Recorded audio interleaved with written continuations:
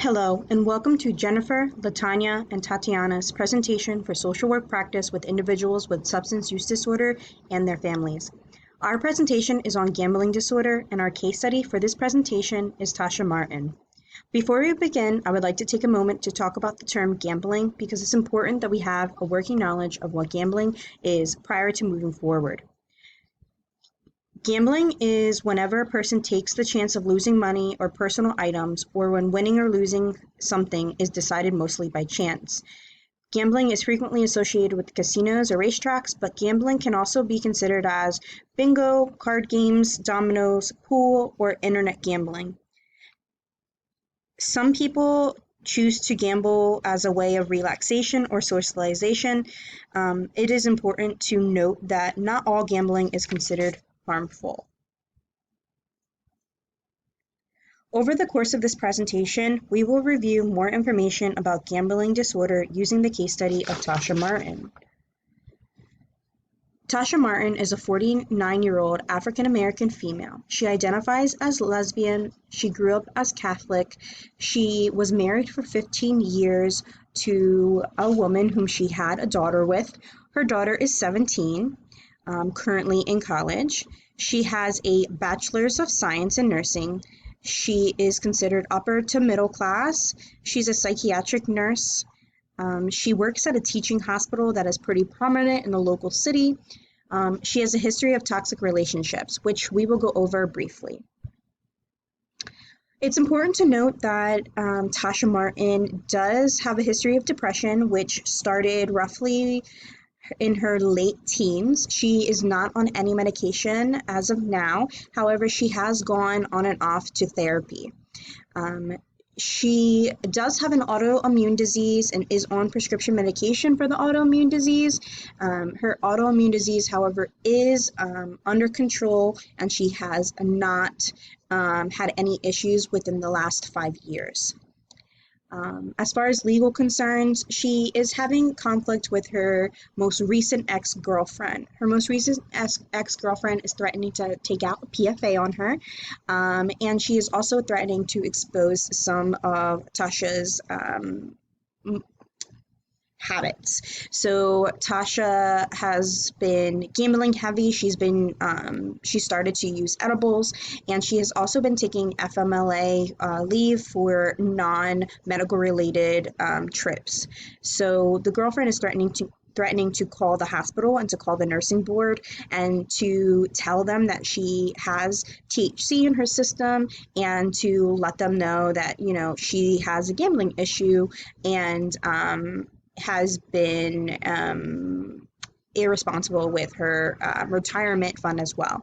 So her girlfriend is threatening her livelihood because if she's exposed, she has the possibility of having her nursing license suspended or even taken away.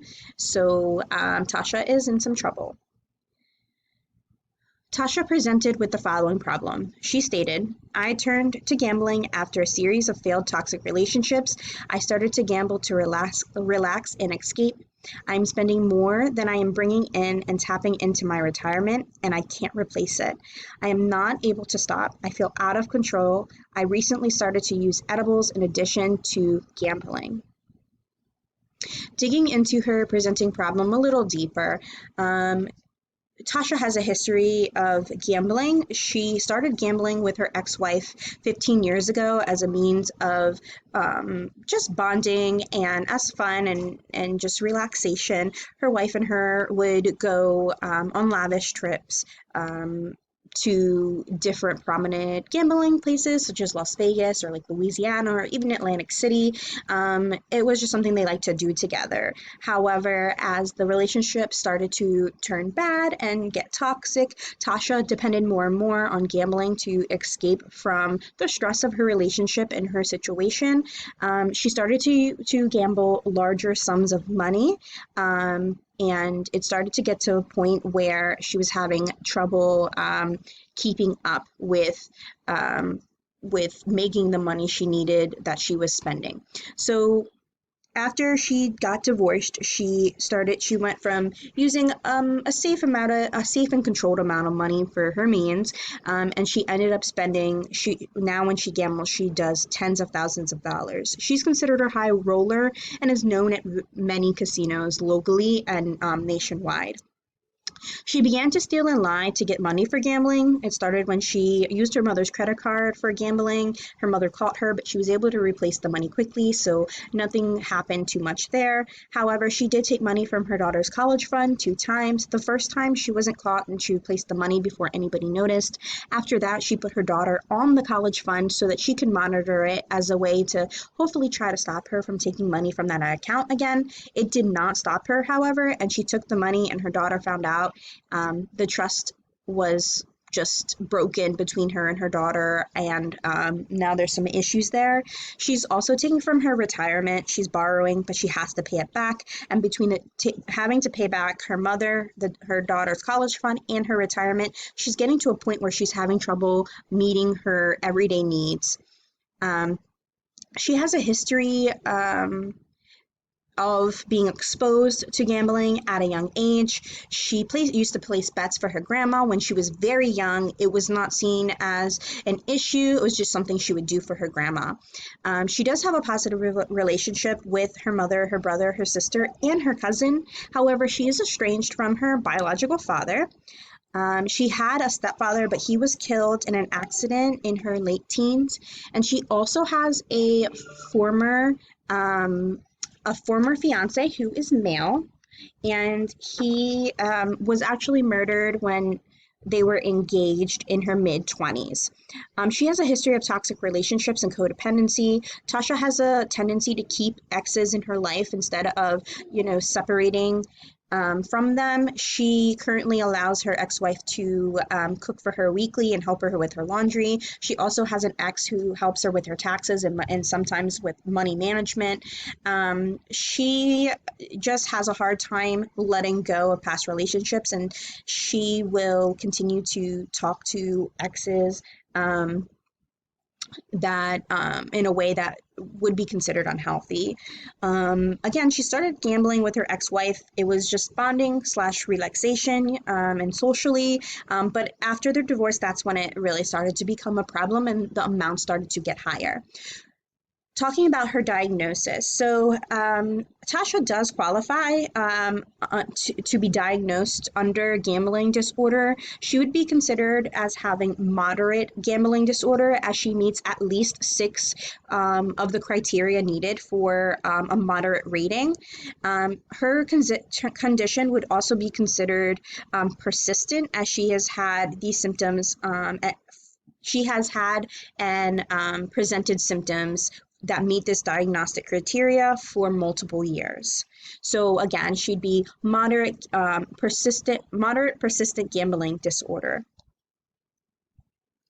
So it's important to note that not all gambling is problem gambling.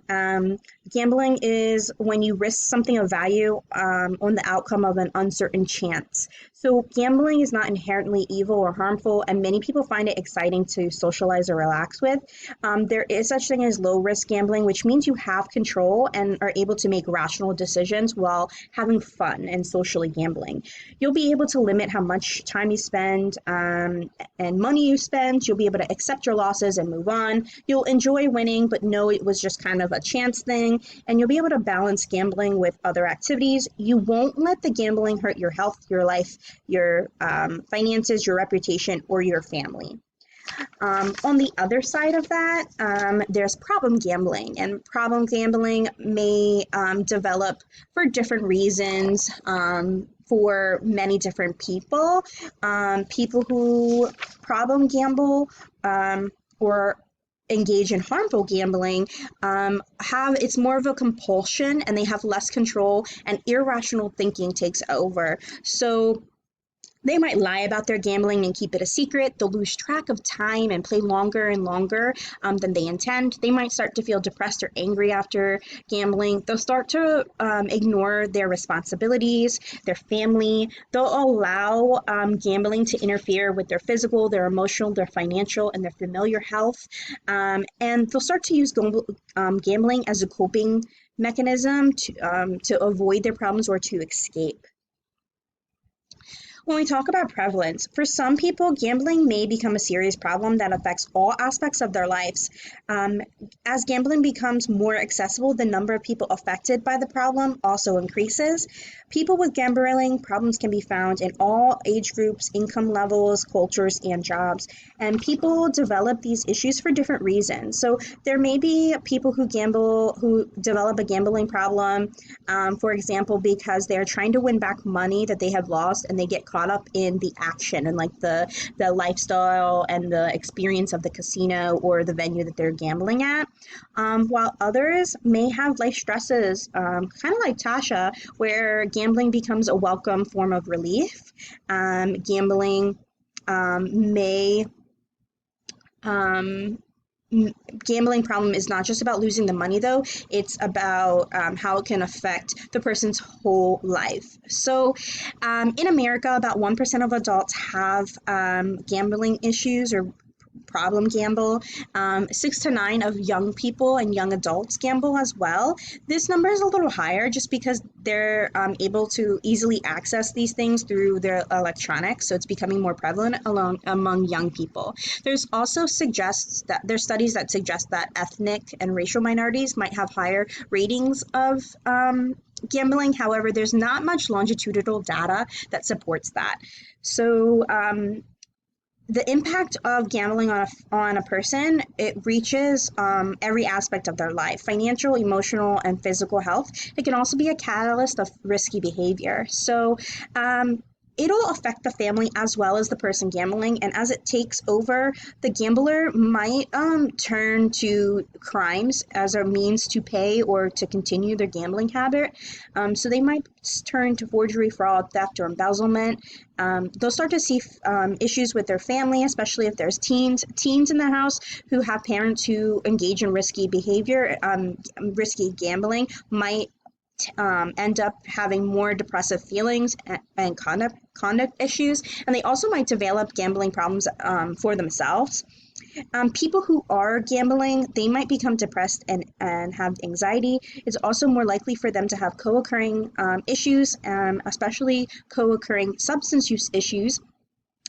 A lot of times people who have a gambling disorder, they'll start to feel isolated, both the family and the person, and that can lead to a lot of issues, and sometimes it can lead to suicidal ideations.